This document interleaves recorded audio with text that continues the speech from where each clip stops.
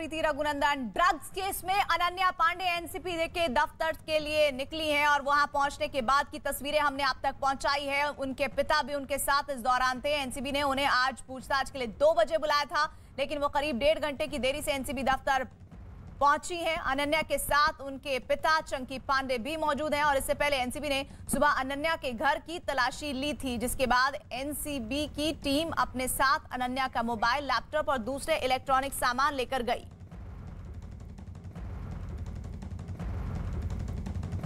और इस वक्त हमारे साथ हमारे 2 सहयोगी आशीष सिंह मुंबई से लाइव एनसीबी दफ्तर से, और एनसीबी दफ्तर से एक और हमारे सहयोगी विवेक गुप्ता जुड़े हुए हैं। विवेक, क्या जानकारी अभी मिल रही है अनन्या से पूछताछ के संबंध में?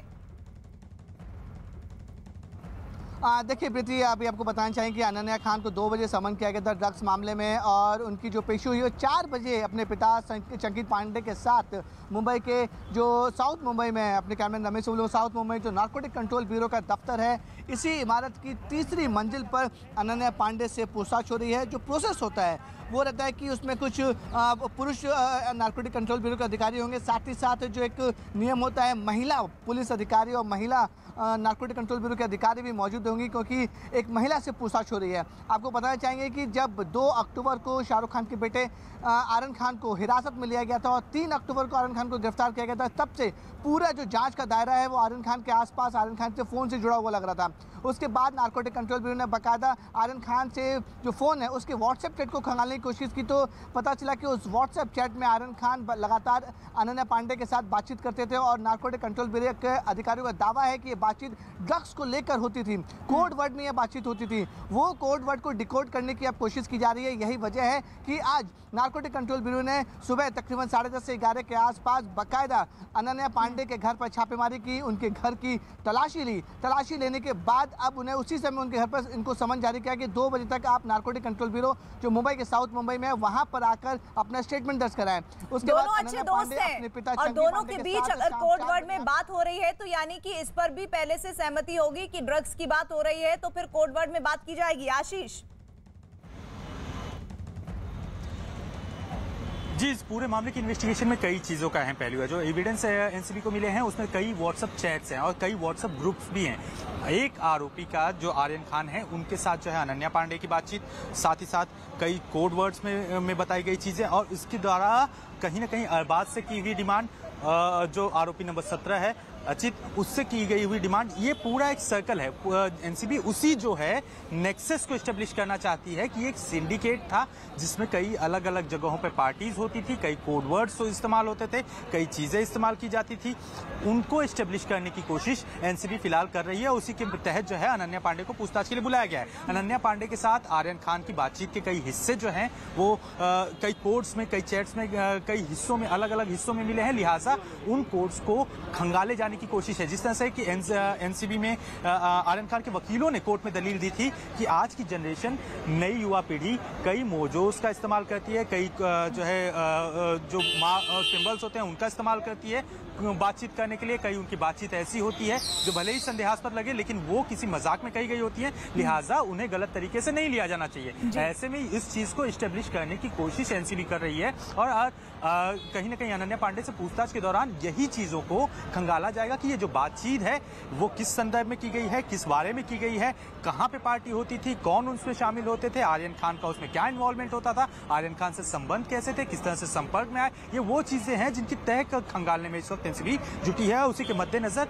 सबसे पहले अनन्या पांडे के घर पे सर्च ऑपरेशन किया गया कि किसी भी तरह के एविडेंस टैंपर ना हो सके, इससे उनके मोबाइल फोन्स और साथ ही साथ लैपटॉप को जो है वो जब्त कर लिया गया। उसके बाद जब जो प्रीलिमिनरी पूछताछ की गई उससे जब एनसीबी संतुष्ट नहीं हुई तो उन्होंने समन भेजकर उन्हें एनसीबी के जोनल हेडक्वार्टर में जो है पूछताछ के लिए बुलाया है।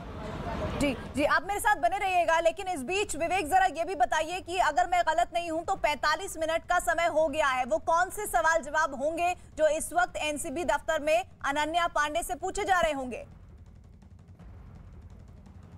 देखिए प्रीति, काफ़ी अहम सवाल अनन्या पांडे से पूछे जाएंगे। जो पहला सवाल ये होगा कि आखिरकार वो आर्यन खान के साथ उनकी दोस्ती कैसे हुई, आर्यन खान के साथ वो कब से जानती हैं, और जिस तरह से व्हाट्सएप चैट जो सबसे अहम सबूत नारकोटिक कंट्रोल ब्यूरो अपना मान रहे हैं इस पूरे केस में, उस व्हाट्सएप चैट में आर्यन खान और अनन्या पांडे किस चीज़ की बात कर रहे हैं, क्योंकि देखिए जो कुछ बातचीत हो रही है वो कोड वर्ड में बातें हो रही हैं, और उस कोड वर्ड को डिकोड करने के लिए बाकायदा narcotic control bureau Ananya Pandey से पूछताछ कर रहे हैं। पहला सवाल होगा कि वो आर्यन खान को कब से जानती है और उनकी दोस्ती कब से है। दूसरा सवाल होगा कि अगर आर्यन खान यहाँ पे इंडिया में रहते हैं या फिर अनन्या पांडे इंडिया में, तो वह कहाँ कहाँ पार्टी जाती थी, और कौन कौन से लोग बॉलीवुड के जो बड़े बड़े सेलिब्रिटीज़ के बच्चे कौन कौन से लोग साथ में रहते थे, क्या अनन्या पांडे ने कभी भी ड्रग्स लिया है या नहीं लिया है, उसको लेकर सवाल जवाब जरूर होंगे। यानी कि ये साफ देखा जा रहा है कि narcotic control bureau Ananya Pandey को अच्छी खासी तरीके से ग्रिल करेगी।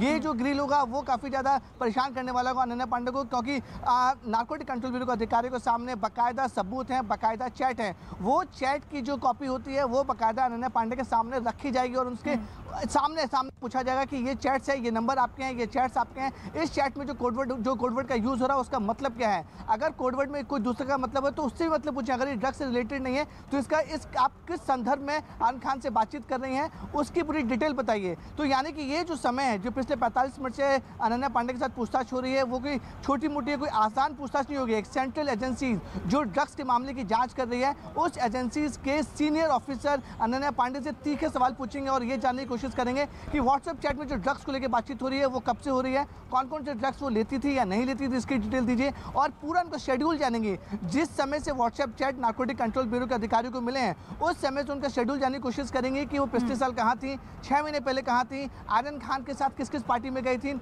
अगर कोई क्रूज या तो किसी घर पे पार्टी हो रही है तो वहाँ पे कौन कौन आता था, उसको लेकर पूरे तीखे सवाल पूछे जाएंगे अनन्या पांडे से। यानी कि जो आने वाला समय है वो अनन्या पांडे के लिए बहुत मुश्किल होने वाला है, क्योंकि सवाल के जवाब में अनन्या पांडे ही नहीं, अगर हम चैट्स की बात कर रहे हैं तो आर्यन के तो इस इंडस्ट्री में कई दोस्त हैं, और ऐसे में उम्मीद आशीष ये की जाने चाहिए कि एनसीबी अनन्या के बाद और भी कई सेलिब्रिटी किड्स पर बातचीत का शिकंजा कस सकती है।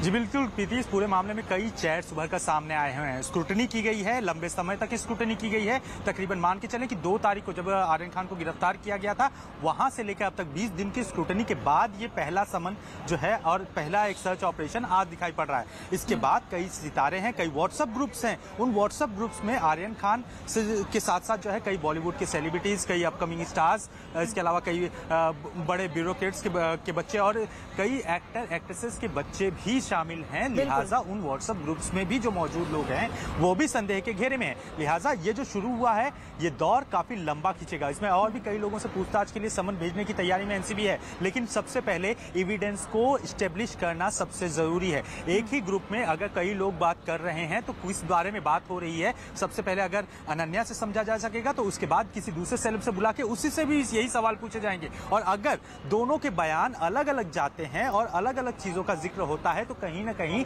जो कॉन्स्पिरेसी है वो स्टेब्लिश कर पाएगी एनसीबी कि ये जो सर्च ऑपरेशन किया गया है, ये जो सारे एविडेंसेस हैं वो कहीं ना कहीं संदेहास्पद है। और यही केस का ग्राउंड बनेगा, क्योंकि आर्यन खान की बेल की सुनवाई जो है वो हाई कोर्ट में होनी है अगले हफ्ते। ऐसे में एनसीबी को रिप्लाई फाइल करना होगा और नए सिरे से जो इन्वेस्टिगेशन में सारी चीजें आई हैं उन्हें पुटअप करना होगा। ये इन्वेस्टिगेशन का वो पार्ट होगा जो एनसीबी जो है हाई कोर्ट में पुटअप करने की तैयारी कर रही है। इसी के तहत विवेक ये भी बताइएगा, विवेक एक मिनट आशीष आ रही हूँ आपके पास। विवेक ये भी बताइएगा जो इन्वेस्टिगेशन में सवाल जवाब है वो तो आपने बताया, लेकिन उसके बाद आज जितनी भी देर तक आप कह रहे हैं कि अगर फीमेल से पूछताछ होती है तो वो शाम ढलने से पहले तक ही होती है, अगर कोई पुख्ता सबूत नहीं मिलता है। आज बताइए क्या पूछताछ का दायरा रहेगा सवाल जवाब के अलावा, और कल फिर किस तरह से पूछताछ को आगे बढ़ाया जाएगा? देखिए प्रीति, जो लीगली वाइज अगर हम बात करें तो कोई भी अगर महिला को पूछताछ के लिए बुलाया जाता है सरकारी दफ्तर में तो कानून ये कहता है कि अगर पूछताछ होती है तो सूरज ढलने से पहले उसको छोड़ दिया जाता है और कल फिर से या फिर दूसरे दिन समन करके फिर से बुलाया जाता है। लेकिन अगर सूरज ढलने के बाद अनन्या पांडे के जो पूछताछ वो आगे भी बढ़ती रही तो समझ जाइए कहीं ना कहीं जो शिकंजा है उस पर लगातार कसता जा रहा है। दूसरी जो सबसे इंपॉर्टेंट चीज़ प्रीति है इस पूरे मामले में कि जो व्हाट्सएप चैट है, जो कोडवर्ड है, उसका पूरा स्टेटमेंट आर्यन खान ने दे दिया है। आर्यन खान ने क्या स्टेटमेंट दिया है ये किसी को नहीं पता है, सिर्फ कोर्ट को पता है। अब उसको क्रॉस वेरीफाई करने के लिए वही सवाल, वही कोडवर्ड, वही चैट की जानकारी अब अनन्या पांडे के सामने पूछी जाएगी। अगर अनन्या पांडे अपना स्टेटमेंट बदलती हैं या फिर दूसरा स्टेटमेंट देती हैं जो आर्यन खान ने नहीं दिया है, तो इसमें नारकोटिक कंट्रोल ब्यूरो कानूनी रूप से अनन्या पांडे को घेर सकता है। क्योंकि देखिए, व्हाट्सएप चैट सेम है, कोडवर्ड सेम है, दोनों के बीच जो बातचीत हो रही है वो सेम है। आर्यन खान ने जब 7 दिन तक वो नारकोटिक कंट्रोल की कस्टडियल इंट्रोगेशन में रहा, बाकायदा उसने एक एक चीज़ का खुलासा किया।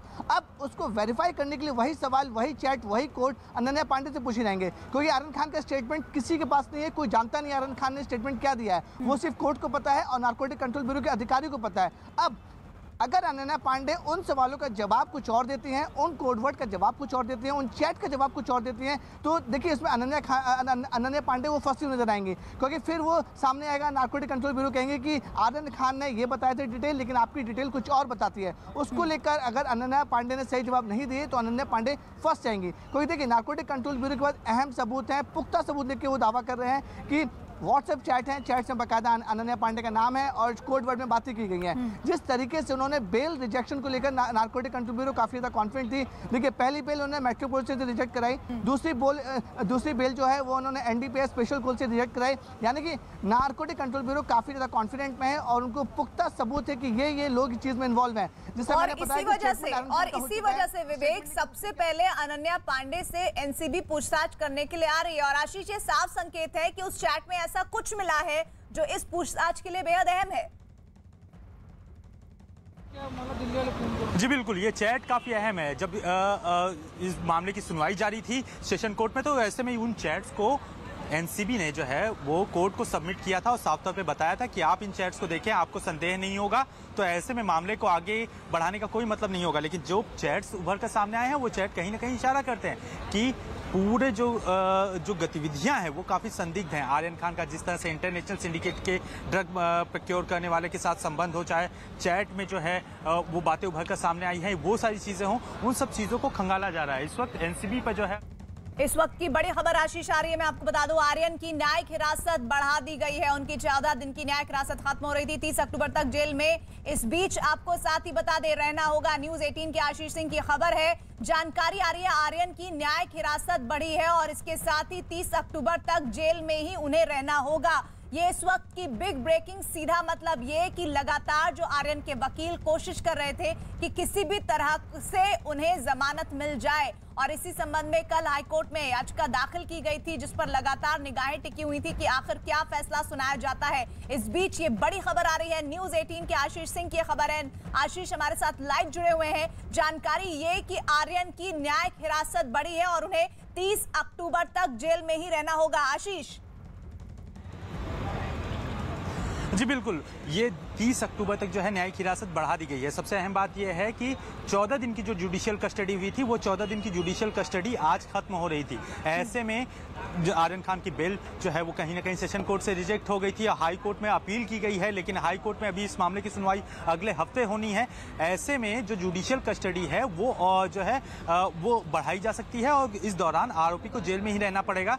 तकरीबन 30 तारीख तक का जो 30 अक्टूबर तक की तारीख बढ़ाई गई है, जब तक उन्हें जुडिशियल कस्टडी में रहना है। अगर इस दौरान हाई कोर्ट से उन्हें बेल ग्रांट हो जाती है तो जुडिशियल कस्टडी के दौरान उन्हें बेल मिलने के बाद वो बाहर निकल सकते हैं। लेकिन जब तक बेल नहीं मिलती तब तक आर्यन खान को मुसीबतों का सामना करना पड़ेगा, उन्हें जेल में ही रहना पड़ेगा। और सबसे कितना बड़ा झटका है आर्यन के लिए, आर्यन के परिवार के लिए और उन तमाम लोगों के लिए जो चाह रहे थे, खासतौर पर वकीलों के लिए, क्योंकि बीते हमने देखा कि 4 बार उनकी जमानत की याचिका को खारिज किया जा चुका है। देखिए प्रीति, इसमें अगर जुडिशियल कस्टडी अब आर्यन खान की 30 अक्टूबर तक बढ़ा दी गई है। देखिए, नियम होता है कि अगर पहली कस्टडी जो होती है जुडिशियल कस्टडी, वो 14 दिन की होती है। अगर उनका बेल नहीं मिलता है या फिर कोई बेल अप्लाई नहीं करता है या आरोपी की बेल नहीं मिल पाती, तो ऑटोमेटिक उसकी जुडिशियल कस्टडी और ज़्यादा बढ़ जाती है। जिस तरीके से कोविड का प्रोटोकॉल था, उसके तहत आज आर्यन खान को कोर्ट में पेश नहीं किया गया। वीडियो कॉन्फ्रेंसिंग के जरिए ये पूरी जरह हुई है और एक बार फिर से आर्यन खान को 30 अक्टूबर तक जेसी यानी जुडिशियल कस्टडी में भेज दिया गया है। जुडिशियल जुडिशियल कस्टडी भेजने के बाद ही कोई आरोपी बेल को मूव कर सकता है। यही वजह है कि अब पहले से उनकी bail application Bombay high court में चल रही है और आने वाली 26 तारीख यानी 26 अक्टूबर को इसके ऊपर हियरिंग भी है। तो आर्यन खान के जो बैटरीज ऑफ लॉयर है, अमित देसाई, सतीश मानचंदे, जो बड़े बड़े वकील है, वो अपनी पूरी कोशिश करेंगे कि 26 तारीख को बॉम्बे हाई कोर्ट में जरह की जाए, आर्गूमेंट की जाए और पूरी कोशिश की जाएगी कि 26 तारीख को ही बॉम्बे हाई कोर्ट इस पूरे मामले में ऑर्डर दे दे। ये पूरी कोशिश रहेगी आर्यन खान के वकील की तरफ से। लेकिन नारकोटिक कंट्रोल ब्यूरो के जो वकील है वो अपनी पूरी कोशिश करेंगे कि आर्यन खान को बेल ना मिले, क्योंकि जिस तरीके से एनडीपीएस स्पेशल कोर्ट में नारकोटिक कंट्रोल ब्यूरो के वकीलों ने साफ तौर पे कहा था कि आर्यन खान अगर दूसरे आरोपी को इस पूरे मामले में अगर बेल मिल जाती है तो वो सबूतों के साथ छेड़छाड़ कर सकते हैं और जो विटनेस हैं उससे हॉस्टाइल करने की कोशिश कर सकते हैं और जिसके बाद जो केस है वो कमजोर करने की कोशिश कर सकते हैं। ये अहम मुद्दा उन्होंने कोर्ट में रखा था और यही वजह थी कि उनको बेल नहीं मिले। लेकिन जो सेक्शन आर्यन खान के ऊपर लगे हैं, section 29 NDPS act, section 29 NDPS act का मतलब होता है कॉन्स्पिरेसी की धारा के तहत आर्यन खान को गिरफ्तार किया गया है। यानी कि उन्हें पूरी तरह से कॉन्स्पिरेटर बताया गया है कि किस तरीके से ड्रग्स वो लेते थे, कौन कौन लोग इसमें इन्वॉल्व होते थे, इंटरनेशनल लिंक बताया गया है। तो यानी कि जिस तरह से नारकोटिक कंट्रोल ब्यूरो ने इस पूरे मामले को बड़े कैनवास पे दिखाया है कि नेशनल नहीं बल्कि इंटरनेशनल लिंक से ये पूरा मामला जुड़ा हुआ है, इसलिए किसी भी आरोपी को बेल नहीं मिलनी चाहिए। इसी ग्राउंड पर एनडीपीएस की स्पेशल कोर्ट ने तीनों आरोपी की बेल रिजेक्ट कर दी थी। लेकिन एक लीगल फॉर्मेलिटीज होती है कि अगर लोअर कोर्ट अगर कोई बेल एप्लीकेशन रिजेक्ट करता है तो जो एक्यूज होते हैं वो हाई कोर्ट में अपील कर सकते हैं। इसलिए अब उनके वकीलों ने बॉम्बे हाई कोर्ट को अप्रोच किया है। अब 26 तारीख को उस पर जरह होगी और पूरी कोशिश की जाएगी आर्यन खान की तरफ से कि बेल मिल जाए। वहीं दूसरी तरफ नारकोटिक कंट्रोल ब्यूरो की पूरी कोशिश होगी बेल ना मिले। तो यानी कि कुल मिलाकर 30 तारीख तक जेल में ही रहना होगा आर्यन खान को और इसका सीधा मतलब ये है कि 3 तारीख से लेकर अभी तक के हम दिन को गिने 30 तारीख तक के, तो 27 दिन हो जाएंगे और ऐसे में वकीलों के ऊपर दबाव होगा कि किसी तरह से उन्हें जमानत दिलवाई जाए। ये कितना आसान होने जा रहा है या मुश्किल होने जा रहा है? देखिए इसमें देखिए जो फॉर्मेलिटीज होती है। जी विवेक। प्रीति देखिए ये जो जुडिशियल कस्टडी वाली जो लीगैलिटी है वो जुडिशियल कस्टडी भेजी जाती है। अगर आर्यन खान को 26 तारीख या फिर 27 तारीख को बेल नहीं मिलती है तो 30 तारीख तक वो जेल में रहेंगे। फिर 30 तारीख को आर्यन खान को वीडियो कॉन्फ्रेंसिंग के जरिए कोर्ट में पेश किया जाएगा। तो जो जुडिशियल कस्टडी होती है वो 14 दिन ऑटोमेटिकली बढ़ते जाती है जब तक आरोपियों को बेल नहीं मिल जाती, क्योंकि कोई ट्रायल शुरू नहीं हुआ है, क्योंकि उनको अंडर ट्रायल रखे गए हैं। इसलिए जो जुडिशियल कस्टडी होती है हर 14 दिन ऑटोमेटिक बढ़ती चली जाती है अनटिल अनलेस उसको बेल ना मिले। लेकिन जिस तरीके से 26 तारीख एक अहम दिन माना जाएगा आर्यन खान के लिए, क्योंकि उनके जो वकील हैं वो पूरी कोशिश करेंगे कि बॉम्बे हाई कोर्ट में जरह को जो आर्गूमेंट्स है, जो अपनी बातें हैं, जो अपना पक्ष है वो जल्द से जल्द पूरा रखें, सरकारी पक्ष अपना पक्ष रखे और हाई कोर्ट इस पूरे मामले में जल्द से जल्द अपना फैसला दे। क्योंकि अगर फैसला नहीं दे पाते हैं और 30 तारीख तक कोई भी ऑर्डर नहीं आता बॉम्बे हाई कोर्ट के लिए तो फिर 30 तारीख तक आर्यन खान जेल में रहेंगे। अगर 30 तारीख के बाद भी अगर ये जो आर्गूमेंट है वो चलता रहेगा तो 30 तारीख को फिर से आर्यन खान को कोर्ट में पेश किया जाएगा और वीडियो कॉन्फ्रेंस के जरिए उसकी जो जुडिशियल कस्टडी है 14 दिन की वो ऑटोमेटिक आगे बढ़ जाएगी। जी, और इसका सीधा मतलब आशीष ये है कि जहां पूछताछ का दायरा एनसीबी आगे बढ़ा रही है और वैसे में साथ ही साथ आर्यन खान की भी मुश्किलें बराबर बढ़ रही हैं। आशीष जी, इस वक्त जो जानकारी उभर कर सामने आ रही है उसके मुताबिक अप्रैल 2020 में एक पार्टी के जिक्र को लेकर अनन्या पांडे से जो है पूछताछ की जा रही है और सबसे अहम बात यह है कि आर्यन खान समेत जो है अरबाज मर्चेंट इनके साथ संबंधों से जुड़ी हुई पूछताछ की जा रही है, जिसमें अनन्या खान ने जवाब दिया है कि वो अरबाज मर्चेंट को नहीं जानती थी और वो अरबाज मर्चेंट से कभी भी नहीं मिली हुई हैं। आर्यन खान को वो जानती थी और आर्यन खान से उनके संबंध थे, उनके साथ संपर्क थे, कई पार्टीज में उनकी मुलाकात होती थी। इसके अलावा ड्रग्स से जुड़े हुए किसी भी मामले में उनका आर्यन खान से कभी कोई चीज़ बातचीत नहीं हुई, न ही डील हुई जिसमें आर्यन खान और अनन्या पांडे जो है किसी पार्टी में शामिल हुए और जहां पे ड्रग्स का सेवन किया गया हो, ऐसी किसी भी चीज से अनन्या पांडे ने फिलहाल इनकार किया है। ये जो बड़ी जानकारी उभर कर सामने आई है ये है कि अभी तो वो अपने आप को इस पूरे क्रूज ड्रग्स केस से अलग करती हुई नजर आ रही है। क्या इसे इस तरह से समझा जाए आशीष? जी बिल्कुल, अभी तो वो जो है अपने आर्यन खान से जो बेसिक पूछताछ की गई है महिला अधिकारी की मौजूदगी में, उसमें ये साफ तौर पे कहा गया कि जब उनसे पूछा गया, शुरुआती जो जांच की गई उसमें आर्यन खान से संबंधों के बारे में उनसे पूछा गया, तो उन्होंने साफ तौर पे कहा कि वो आर्यन खान को जानती हैं, कई जो है वो पार्टीज में मिले हुए हैं, इसके अलावा कॉलेज के दिनों में जो है वो एक दूसरे को जानते थे, उन दोनों के बीच इंटरेक्शंस भी हुए थे, कई पार्टीज में वो साथ में गए थे। लेकिन अरबाज मर्चेंट के बारे में जब उनसे पूछा गया कि क्या वो अरबाज मर्चेंट को जानती हैं जो कि आर्यन खान का ड्रग्स का सप्लायर था, तो उन्होंने साफ तौर पे इस बात से इनकार किया है कि वो आर्यन मर्चेंट को नहीं जानती, उनसे वो कभी मिली भी नहीं और किसी भी ऐसी पार्टी में उन्होंने आर्यन खान के साथ उसे देखा भी नहीं है। और सबसे अहम बात यह कि किसी भी तरह की ड्रग्स पार्टी आर्यन खान करते थे इसकी जानकारी उन्हें नहीं है, और न ही वो किसी ऐसी ड्रग्स पार्टी में या रेव पार्टी में या फिर कहीं पे भी शामिल हुई। ये जिक्र किया जा रहा है अप्रैल 2020 की एक पार्टी के बारे में जो कि चैट में आर्यन खान के मिला हुआ है और उसमें कहीं ना कहीं अनन्या का नाम जो है वो शामिल है। तो ऐसे में उससे जुड़ी हुई जानकारी ये खंगालते हुए एनसीबी ने पूछताछ में सवाल पूछे, जिसको लेकर अनन्या ने साफ तौर पर इनकार किया है कि वो किसी भी तरह की ऐसी पार्टी में शामिल नहीं हुई थी जहां पे ड्रग्स को कंज्यूम किया गया है। जी विवेक, इसका सीधा मतलब यह है कि अनन्या को लेकर जो इन्वेस्टिगेशन है उसमें बहुत कुछ मिलता हुआ नहीं दिख रहा है एनसीबी को। ऐसे में अब आगे क्या होगा?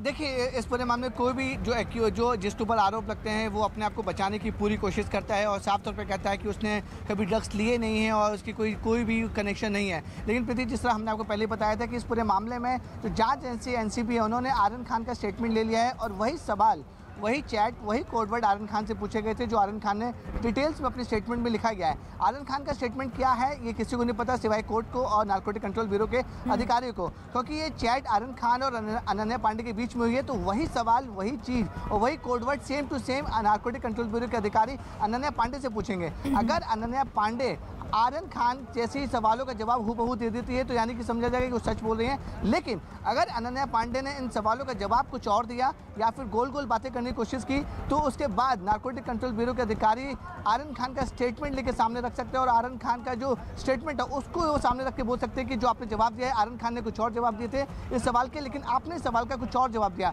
उसको लेकर अनन्या पांडे फंस सकती हैं अगर उन्होंने कुछ भी गोल गोल बातें करने की कोशिश की या फिर झूठ बोलने की कोशिश की, क्योंकि एक ये तरीके की जांच एजेंसी की एक टैक्टिस होती है। क्योंकि आर्यन खान पहले ही जेल में, वो जेल से बाहर नहीं आए, यानी कि उनका स्टेटमेंट किसी को नहीं पता उन्होंने क्या बोला है, कोडवर्ड की जानकारी क्या दी है ये किसी को नहीं पता। अगर आर्यन खान जेल से बाहर आए होते तो शायद वो बोल सकते थे अनन्या पांडे या किसी और से कि नारकोटिक कंट्रोल ब्यूरो के अधिकारी ने ये सवाल पूछे और उन्होंने ये जवाब दिया है। लेकिन आर्यन खान जेल में है और पूरा स्टेटमेंट जो वो कोर्ट की निगरानी में है और जो स्टेटमेंट की जानकारी वो सिर्फ और सिर्फ नारकोटिक कंट्रोल ब्यूरो के अधिकारियों के हैं। वही सवाल, वही चीज़ और वही जो सिक्वेंस है वो अनन्या पांडे से पूछे जाएंगे। अगर अनन्या पांडे इसमें जवाब नहीं दे पाती हैं तो अनन्या पांडे के आने वाले दिन मुश्किल भरे हो सकते हैं। यही वजह है कि अब कोशिश की जा रही है कि जिस तरीके से 5:30 या 5:45 बजे का समय होता है जो कानूनी रूप से महिला किसी को भी अगर पूछताछ के लिए बुलाया जाता है तो उसे जल्द से जल्द 5:30 पौने 6 से पहले छोड़ दिया जाता है। अगर इनकी इंट्रोगेशन, अगर पूछताछ कंटिन्यू रहती है तो ये इंडिकेशन साफ है कि अनन्या पांडे के लिए आने वाले दिन या आने वाले समय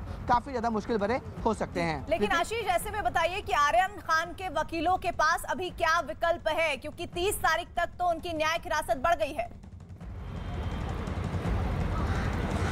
जी, आर्यन खान के वकीलों के पास जो विकल्प बचता है वो है 26 तारीख को जो है मामले की सुनवाई शुरू हो। लेकिन उस सुनवाई के साथ ही कहीं ना कहीं क्योंकि जब हाई कोर्ट में इसे चैलेंज किया गया है सेशन कोर्ट के ऑर्डर को, तो ऐसे में कुछ फ्रेश बेल है, वहां पे मामले की नए सिरे से सुनवाई होगी। नए सिरे से सुनवाई होने के साथ साथ कहीं ना कहीं जो जिरा होगी वो तकरीबन 2 से 3 दिन तक बढ़ सकती है। और ऐसे में उसके बाद हाई कोर्ट एनसीबी को अपना रिप्लाई जो है फाइल करने के लिए वक्त जो है देगी। ऐसे में अगर बीच के शनिवार और रविवार का वक्त छोड़ दिया जाए तो 2 तारीख से 2 नवंबर से जो है वो कोर्ट के दिवाली की छुट्टियां शुरू हो रही हैं जो कि 12 नवंबर तक लगातार जारी रहेंगी। तो ऐसे में कहीं ना कहीं जो ये बेल की सुनवाई है आर्यन खान की, अगर उसके ऊपर जो है मैटर को मेंशनिंग करके अगर उसके ऊपर जल्दी सुनवाई हो पाई और एनसीबी ने जल्दी रिप्लाई फाइल किया तो शायद उम्मीद है कि 2 तारीख से पहले आर्यन खान सलाखों से बाहर आ जाए। अन्यथा उम्मीद यही है कि जिस तरह से मामले पे एनसीबी को रिप्लाई फाइल करना है, इन्वेस्टिगेशन होगी, उसके ऊपर जो है एनसीबी की तरफ से एएसजी जिस तरह से खड़े हुए थे अनिल सिंह, वो चर्चा करेंगे। वो उसके मद्देनजर कहीं ना कहीं आर्यन खान की मुसीबतें जो है वो 12 नवंबर के बाद ही जाके खत्म होंगी। जी, यानी कि कुल मिलाकर विवेक की इस बार की दिवाली खान परिवार के लिए उतनी रौनक वाली नहीं हो सकती है। इस तरह के संकेत मिल रहे हैं, जिस तरह से कानूनी पहलुओं को हम लगातार देख रहे हैं और समझ रहे हैं। बिल्कुल सही कहा पृथ्वी आपने। देखिए जो आपने वो दिवाली फेस्टिवल का बोला कि उतनी रौनक नहीं होगी, बिल्कुल सही हो सकता है। अगर मैं बोला अगर आर्यन खान को 26 तारीख को जो जरे होती है उसमें बेल नहीं मिलती है और ये प्रोसेस 30 तारीख तक या 1 तारीख तक जाता है, तो मैं आपको बता दूं 1 से लेकर 7 तारीख तक बॉम्बे हाई कोर्ट की छुट्टी है। अगर आर्यन खान को 30 तारीख तक बेल नहीं मिलती है तो उन्हें 1 हफ्ते का वेट करना पड़ेगा, क्योंकि हाई कोर्ट की छुट्टी है। हॉलीडे कोर्ट एनडीपीएस कोर्ट में जमानत याचिका पे सुनवाई नहीं करता है और हॉलीडे कोर्ट उस पर बेल दे भी नहीं सकता है। तो यही पूरी कोशिश रहेगी जो आर्यन खान के वकील है कि किसी भी हाल में अपनी पूरी ताकत लगा देंगे, 30 अक्टूबर तक किसी भी हाल में जेरा को ख़त्म करें, ऑर्डर करवाएं और आर्यन खान को आर्थर रोड जेल से बाहर निकालें। अगर 30 तारीख तक आर्यन खान के वकील ये करने में कामयाब नहीं होते हैं तो 1 से 7 तारीख तक बॉम्बे हाई कोर्ट की छुट्टी है, दिवाली का वेकेशन है, यानी कि जो कुछ अब होगा वो 8 तारीख के बाद यानी कि दिवाली के बाद होगा। तो इसलिए अब पूरी कोशिश की जा रही है कि आर्यन खान की जो 26 तारीख को जो अहम सुनवाई है बॉम्बे हाई कोर्ट में, वो सुनवाई को जल्द से जल्द किया जाए। लेकिन देखिए इसमें एक और अहम बात है, बॉम्बे हाई कोर्ट में अगर सुनवाई होगी तो ये नॉर्मल होता है कि जो मैं आपके पास दोबारा लौटूंगी। विवेक, शुक्रिया आपका और साथ ही आशीष आपका भी धन्यवाद हमारे साथ जुड़ने के लिए। और इस बीच एक और बड़ी खबर आ रही है, नेशनल कॉन्फ्रेंस के अध्यक्ष फारूक अब्दुल्ला से जुड़ी हुई। एक बार फिर से उन्होंने पाकिस्तान राग अलाप दिया है। जम्मू में कार्यकर्ताओं को संबोधित करते हुए फारूक अब्दुल्ला ने विवादास्पद बयान दिया है। आतंकवाद पर बोलते बोलते वो कुछ ऐसा बोल गए कि इमरान खान को काफी वो पसंद आने वाला है। फारूक अब्दुल्ला ने सरकार को सीधे सीधे पाकिस्तान से हाथ मिलाने की नसीहत दी है और उन्होंने दावा किया है कि जब तक पाकिस्तान से हाथ नहीं मिलाया जाता घाटी में शांति नहीं होगी। हर इलेक्शन में मैंने ये देखा है, जब से हिंदुस्तान आजाद हुआ नफरतें बढ़ाई जाती हैं। मुसलमान लीडरों को मुसलमानों के इलाके में ले जाते हैं, हिंदुओं के इलाकों में हिंदुओं को ले जाते हैं। पिछला इलेक्शन भी जीता गया बालाकोट। क्या लाइन बदल गई? क्या हमने कोई हिस्सा हिंदू पाकिस्तान से वापस लिया? वो लाइन तो वहीं पर खड़ी है, अपना ही जहाज वहां गिराया तो क्या मिला? हाँ, बीजेपी की हुकूमत आई, आज भी यही कर रहा है। आज भी यूपी को जीतने के लिए ये लोग नफरत फैला रहे हैं और आपके जम्मू में कर रहे हैं। जो 47 में जो कांड यहाँ जम्मू के इलाकों में हुआ वो उसी की वजह से नफरत बढ़ती रही। तो मैं इनसे कहना चाहता हूं जो हुकूमत करते हैं दिल्ली में, खबरदार रहें। हिंदुस्तान के इतने टुकड़े होंगे इनको रुका नहीं सके। मैं आज भी कहता हूं जब तक आप पाकिस्तान से बात नहीं करेंगे और दोस्ती के हाथ दोनों मिलाएंगे नहीं, हम कभी आराम से नहीं रह सकेंगे, कभी नहीं। मुझे लिख के इसी खबर पर बात करने के लिए हमारे साथ हमारे सहयोगी पवन जुड़ गए। पवन, ये बात सही है कि किसी भी समस्या का निदान बातचीत में है, लेकिन क्या मौजूदा वक्त में बातचीत और आतंकवाद साथ साथ चल सकता है, जैसा फारूक अब्दुल्ला कह रहे हैं? देखिए, डॉक्टर फारूक अब्दुल्ला जो नेशनल कॉन्फ्रेंस के अध्यक्ष हैं, जम्मू कश्मीर के मुख्यमंत्री रह चुके हैं और सांसद भी हैं। इसी तरह महबूबा मुफ्ती जो है वो भी मुख्यमंत्री रह चुकी हैं, लेकिन दोनों ही अपने अपने बयानों में पाकिस्तान का राग जरूर लाते हैं और ये पहले से करते आए हैं, आज की बात नहीं है। और इस समय जो जम्मू कश्मीर में हालात बने हुए हैं, इन्फिल्ट्रेशन की कोशिशें हो रही है, कश्मीर में टारगेट किलिंग हो रही है, पुंछ में 11 दिन से मुठभेड़ चल रही है, आतंकी यहाँ घेरे में है और इस समय पाकिस्तान से बातचीत करना ये अपने आप में एक बेतुका बयान है और इसकी हर कोई निंदा भी कर रहा है। लेकिन डॉक्टर फारूक अब्दुल्ला एक राजनीति के मंजे हुए खिलाड़ी हैं। वो कश्मीर में अपना खोया हुआ जनाधार वापस लाने के लिए एक विशेष वर्ग के लोगों को ये बताना चाहते हैं कि वो उनके हिमायती हैं और पाकिस्तान से बातचीत करने की पहल वो करते हैं। जिस तरह से कश्मीर केंद्रित पार्टियों का जो स्टार्टिंग से मुद्दा रहा है कि पाकिस्तान को हर बातचीत में इन्वॉल्व किया जाए। महबूबा मुफ्ती भी यही राग लाप रही है पिछले कई दिनों से। यहाँ एक तरफ इतनी टारगेट किलिंग हो रही है, लोग अपना घर बार छोड़ रहे हैं, लेकिन ये लोग अपनी राजनीतिक रोटियां इसी बयानों से देखते आ रहे हैं। जी शुक्रिया पवन।